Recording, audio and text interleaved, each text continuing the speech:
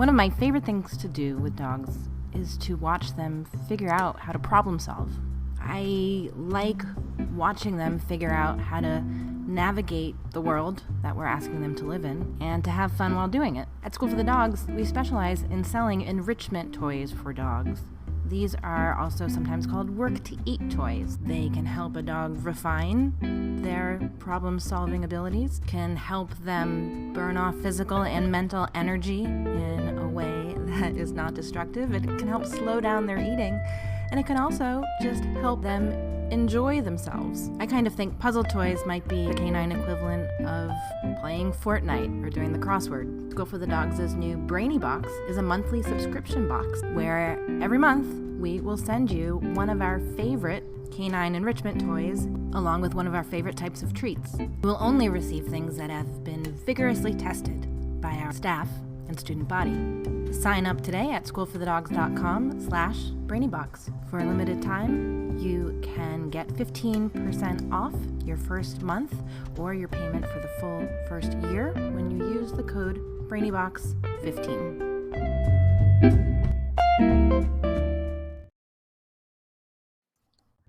You know, I hear people say all the time that their dog is so socialized because when they got them as a puppy, they let them say hi to everyone and they let them say hi to every puppy. And so that's why they credit their dog to being like so well behaved.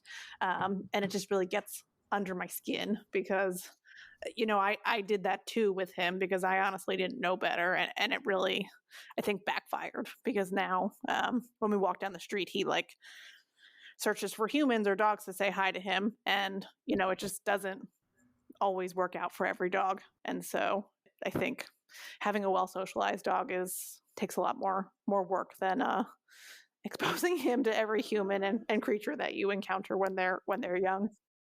Do you have a dog who doesn't necessarily get along with every other dog?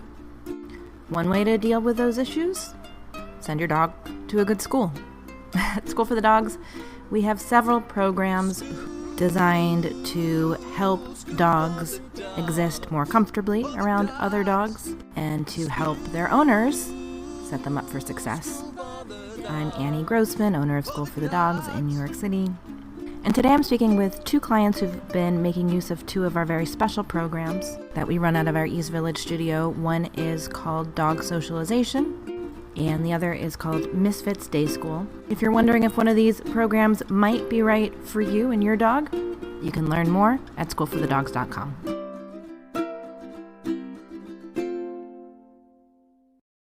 My name's Alyssa Perry. I am dog owner to Michael, who is a 2-year-old mixed breed dog of some sort. And I adopted him right before the pandemic, so in February of 2020. And I ended up seeking out your services because he is quite a handful. I love him very dearly, but he occupies a lot of my time and good and better time now, more productive time than before I came to you all. You had done some training, though, before coming to us, isn't that right? Yes. I guess just because I got him in February of 2020, I had done some virtual training, and then I did do some training where I was relocated in Philadelphia, some in-person training there too. What were the specific issues that you were experiencing with Michael?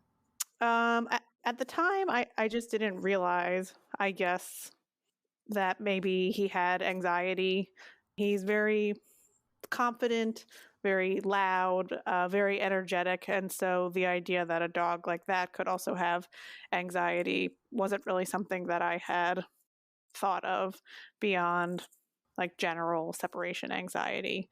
And so I think I didn't appreciate the difficulties that presented in him having an enjoyable life at the time, and then also ways that I could like foster a better training experience. I thought I had grown up with dogs, and I've had 2 dogs in the past, and so I thought I knew about dogs, but I really was just the tip of the iceberg. So, and I was very focused on separation anxiety because that was one of his problems that he really dealt with on a daily basis and still does, but was so severe as many people I think probably experienced then, and now that I had a hard time leaving the house at all. Tell me about his behavior with other dogs, because I looked back at your account and I saw that your very first visit to us was actually a puppy playtime, right before the pandemic closed things down. Yeah, that was sad. Well, so I'm curious to hear how that went, and then how he subsequently became with other dogs. Yeah, so I think I just didn't know. He has a ton of energy, and during COVID, I was living in Philadelphia, and I just had this idea that I didn't know how to get it out, and walking him extensively he didn't like, and so I started taking him to the dog park, the large dog park, and I was spending like an hour there every day teaching him what now I realize is terrible dog behaviors, because I had no control over him in like a huge park. And it's, not that he was at the time particularly aggressive towards other dogs, but if there were behaviors that he was, engaging in regularly, I had no way to stop them. And I just sort of deferred to everyone around me at the dog park that just said, "Oh, he's just being a dog." Or they'll work it out. Exactly. And so I went every day, because at some point I was like a little bit desperate for a way to get out all his energy, and because I otherwise was sitting at home working remotely, and he was, if he didn't have his hour at the park, he was sort of hard to contain while I was trying to work. But I realized it really just cemented a lot of not great socialization behaviors that I like have learned about, and they're just so much harder to undo now. He is, I think, something that a lot of dogs are, even if he's not like aggressive necessarily towards other dogs on the street. When he sees another dog on the street, it's hard to redirect him, but it's also in like more casual terms, it's just hard to get his attention away. So if we're walking down the street and he sees another dog, it's like he's zeroed in on it. What were the kinds of things that you think happened at the dog park that led him, I don't know how you say it, astray? He has like a strong chase instinct, and he's also kind of slow. So I think when other dogs are running around him, he wants to chase them, but he can't necessarily catch up with them, and so he's like a big like butt biter. And so that scares a lot of other people. But I think if you start going to the dog park every day, you get to know a lot of the folks, and so people are sort of like forgiving of it. But Michael is just generally mouthy with humans and other dogs alike, and so I think sort of reinforcing that behavior on a daily basis, that he could put his mouth on other dogs, it reinforced it with humans. And I do understand, and I'm sure there's some level of like mouthing that goes on during play between dogs, but what I've learned from, we're going to be more tolerant of that than other dogs. Right, exactly. And so it just can create a problem, and it can be scary at times.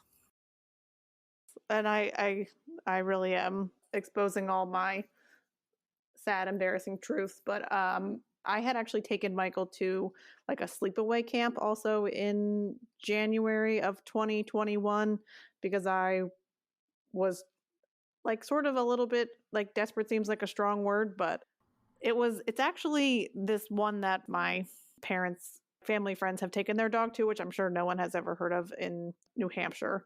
And so I thought like he'd be outside, it would be really great for him, but it didn't turn out that way. It wasn't a great experience for him or me.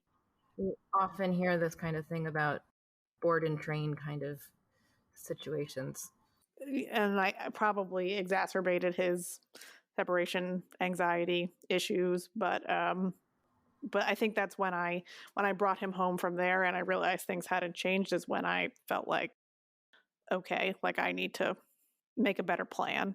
And so I decided to make my way back to New York and make my way back to you guys. And I got paired up with Anna, and we had our first private session, and she suggested Misfits, which I think it's a little bit of a hike out of a work day for me to get Michael up there, and then for me to get back to working and then go pick him up. But it's Yeah. I think it's also like just been instrumental to him to have like a 2 or 3 hour period of time. And I think also it's helpful for him to be at like your shop at School for the Dogs instead of being in my apartment, because I think getting out and seeing everyone at School for the Dogs is I think that is much better. I can't remember exactly how we started going to dog socialization, but I do remember our first visit with Claire. So you show up, and there's a trainer there with their dog, and the dog is behind essentially like what we see all the time, those like puppy play gates, sort of has created like an enclosure for their own dog. And I think it's partially or mostly probably helpful as to keep it somewhat disclosed from your dog. So when your dog comes in, they can lay down and get relaxed. And so to start off sort of the session as getting introduced to another dog, depending on what your dog's comfort level is with other dogs.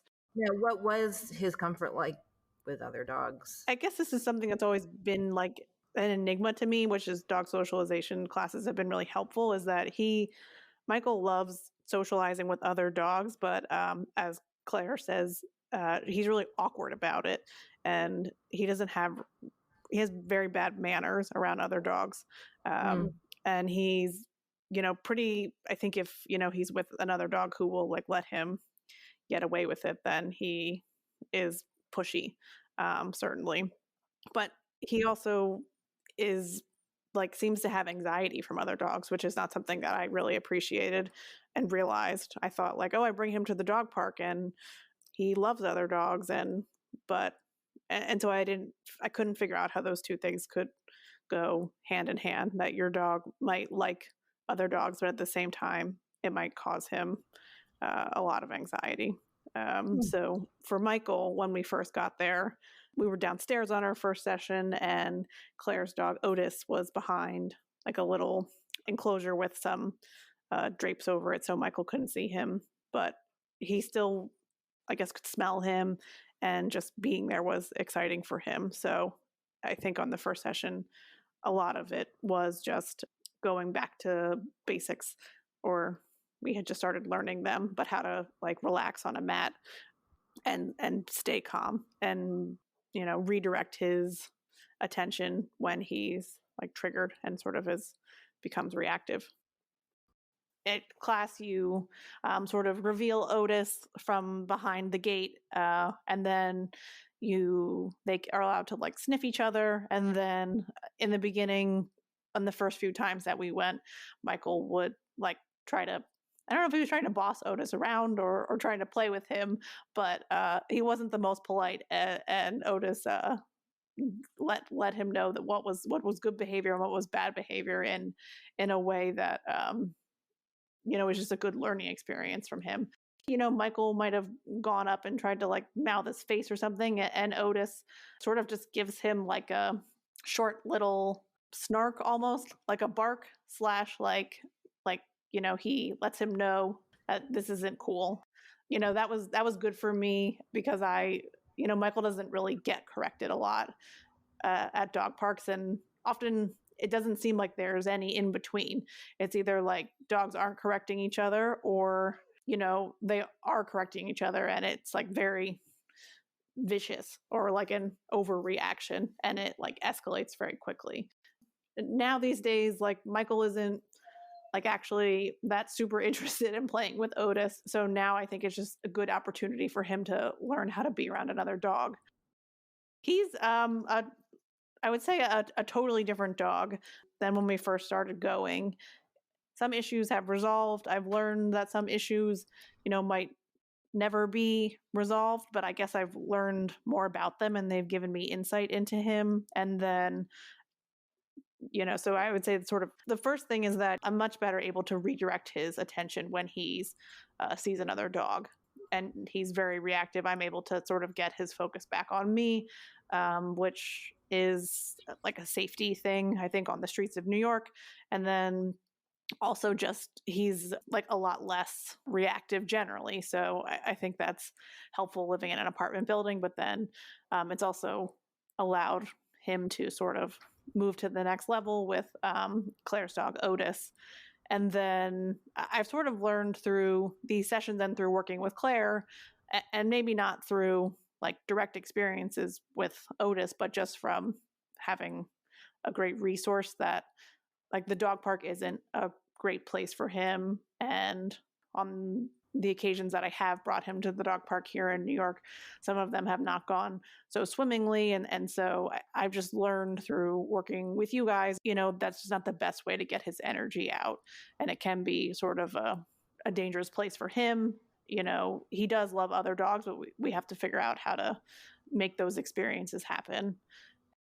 I have a lot of friends who seem to have a lot easier of dogs, that seem to be very beta around other dogs. So, but I do think I have generally talk a lot about School for the Dogs with my friends, because I think what's unique and what I really like about it, and what if I leave New York will ever miss, is that it's like one-stop shopping for your dog, meaning I think it's important to see a trainer so you can talk about your, any specific issues that you might have individually. But if you need to go to Misfits, or if your dog is a little bit better behaved and, maybe they want to go to day school as an alternative to like sort of do training and dog daycare and a lot of things in one, or, now that Michael and I have a little bit of a better handle around like general behavior that was really stressing me out. We did tricks with Anna virtually in November and December, and that was really like a good outlet. So Michael wasn't just doing like basic training, that he actually was having a little fun, and now he knows how to do a few things that like I incorporate into tiring him out. And also it's just a little bit more fun to do those types of training games. I have to ask, how did he come to be called Michael? He was blessed with the name Michael by Bidawee, and I don't know why. I should have changed. I guess I had the opportunity to change it, but I thought it was kind of cute. We've had 2 or 3 dogs named Michael, and it's one of those dogs named, I don't know, like Kevin or something. It's hilarious, and it's like human boringness attached to a dog. I met a Matthew the other day, and I was like, Matthew? Yes, a dog named Matthew. And I was like, oh, that's weird. And I was like, oh, you have a dog named Michael. So.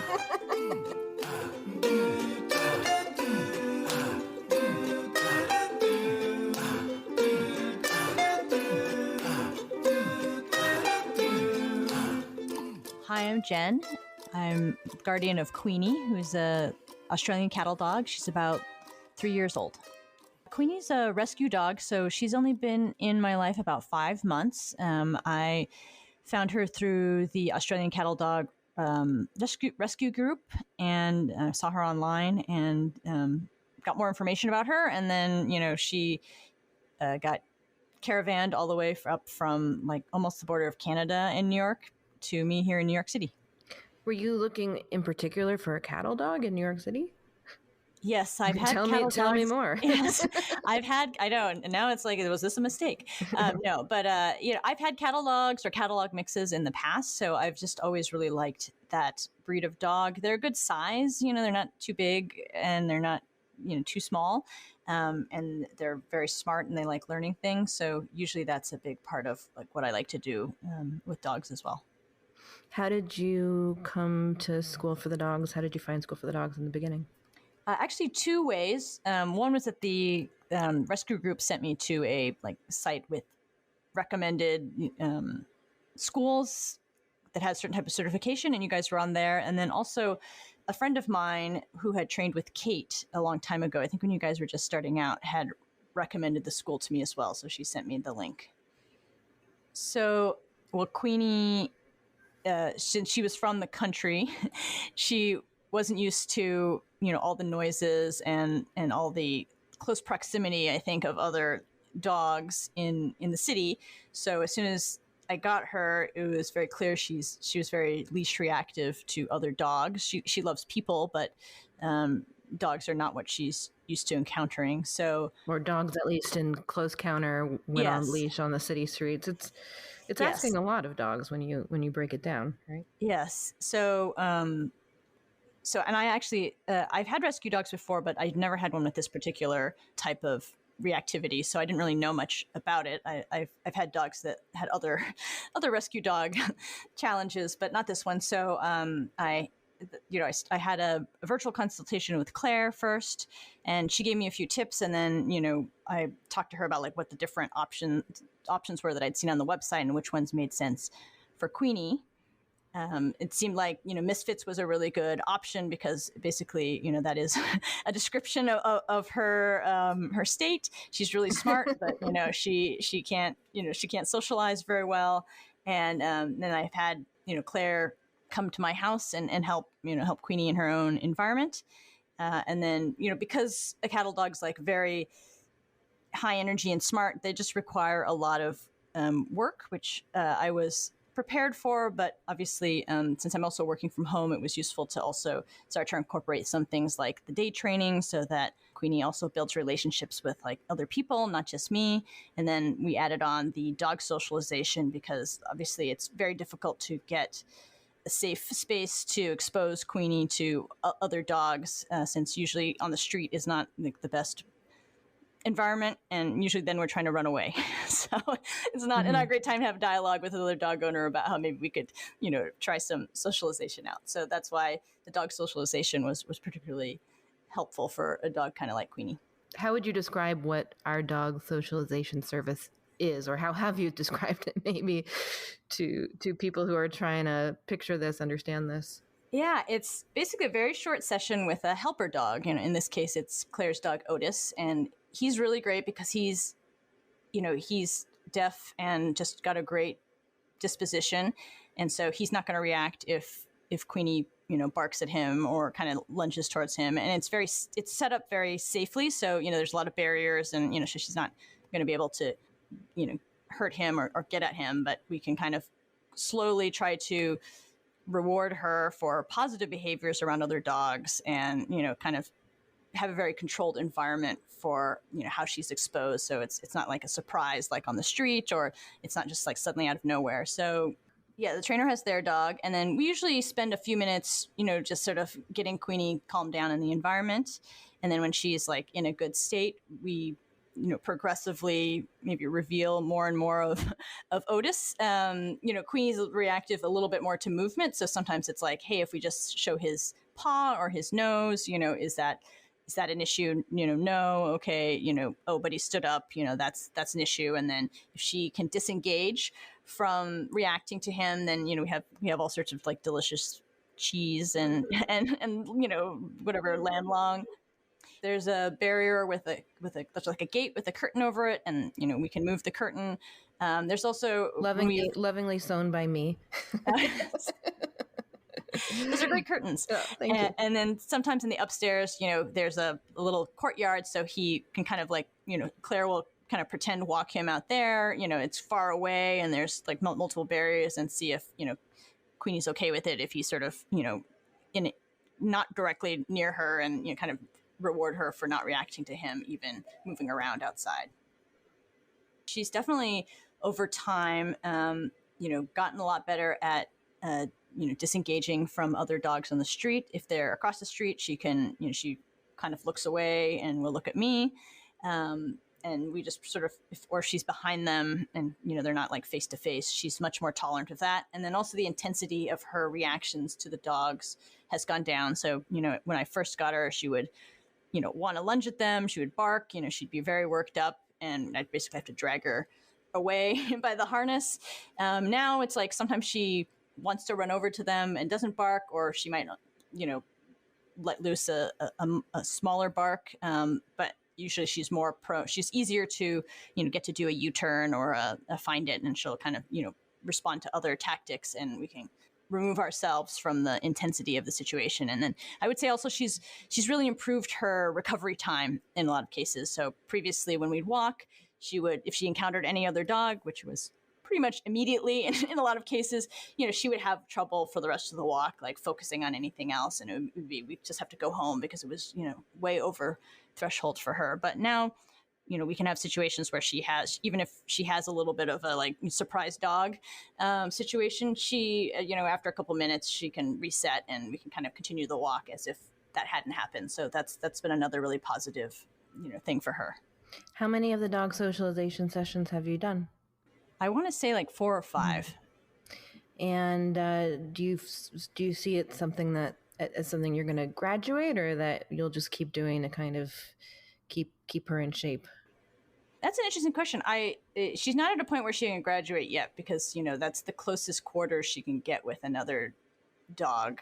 And so I think it's something where we kind of just have to keep going until she reaches a point where she's comfortable with it. What kind of advice would you give to someone who's having this kind of issue, a dog who's reactive on the street but maybe can't work at a facility like ours?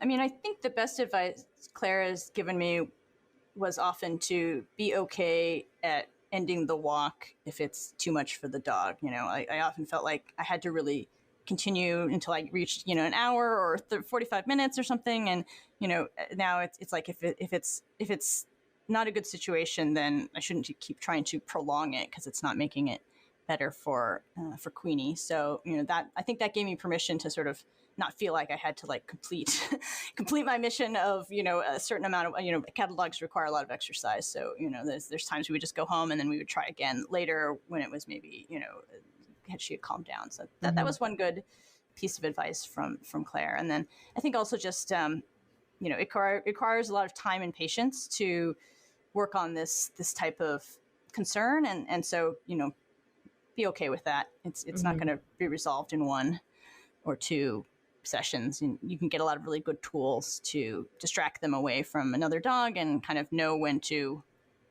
to look and, not always have them run into a dog in a surprise way, and have certain tools to have them, have you look out for them on the walks. Well put. Well, thank you so much for your time. Anything that we didn't cover about this that you think people would be interested in, or any other service that you've done that you think's worth mentioning? I mean, I guess I would say in Misfits, sometimes there's another dog, there, and they also in a very controlled way. Yeah. Misfits is, so I guess, why don't you describe it, kind of what Misfits is? Misfits is like a one-on-one session with just Queenie and a trainer, for a couple hours, and they take breaks in between. So it's drop off, so you're not. Yeah, it's drop off. Yes, I take her to the school and I drop her off, and she works with a trainer for a few hours with breaks, and they do a variety of things. Some are just like fun. She's very agile, so they'll do like fun things to let her work on her agility, and then some of it's on specific things, like if she doesn't like being handled on her feet, so sometimes they'll help socialize her to some booties for the winter or things like that. There's often 2 or 3 of those going on at once in different areas or rooms, and there's many barriers and curtains, but they can kind of get a sense of whether Queenie senses there's another dog there. Sometimes it's a stuffed dog, but she gets a little bit of exposure in a safe environment there too, because all the trainers know all the dog's issues and how to handle them, and there's many barriers, so that's it's not something where it's stressful to the dogs. So that's another area where it's been helpful for her. But also, I think just having her mind occupied helps reduce her reactivity in general as well. The more she's able to get other types of stimulation, the less she's focused on, I think it's like humans, right? But the less she's focused on things that make her anxious. Has your perception of sort of dog training in general changed since you've gotten Queenie, would you say? Yeah, I mean, I've always done some like puppy classes and things like that with my dogs in the past. And so I had some exposure to like, it's useful to like have them loose leash walk and Mm-hmm. know how to sit and, and not jump on people. But yeah, I think, I learned a lot of interesting things about more like how dogs need to have choices and, how to look at a little more of their body language and how, kind of really pay more attention to how they are in their environment as opposed to, what I want them to do, to help manage the situation. So I think it's really been a good mix too of tools and training of, of me. And, there've definitely been times where I've, been a little stressed out and kind of given Claire an elaborate download about my situation. And she's just very good at saying like, it's okay. Like that's normal. Yeah. just keep going, just keep going. Or try this, So I think it's been especially helpful to have just all sorts of different types of tools and approaches. It's not just me doing it or me and Claire, there's a lot of other ways to add variety to, Queenie's program and it helps her in a lot of different ways. I think it's all the programs are great. It's great to have such like variety and not just be like, okay, we can only take one class. And is that class working? I don't know, so, and it's great to have Queenie be able to meet a lot of different people because she kind of needs that so she can have relationships with different trainers and get to know them. And that's super helpful for her too.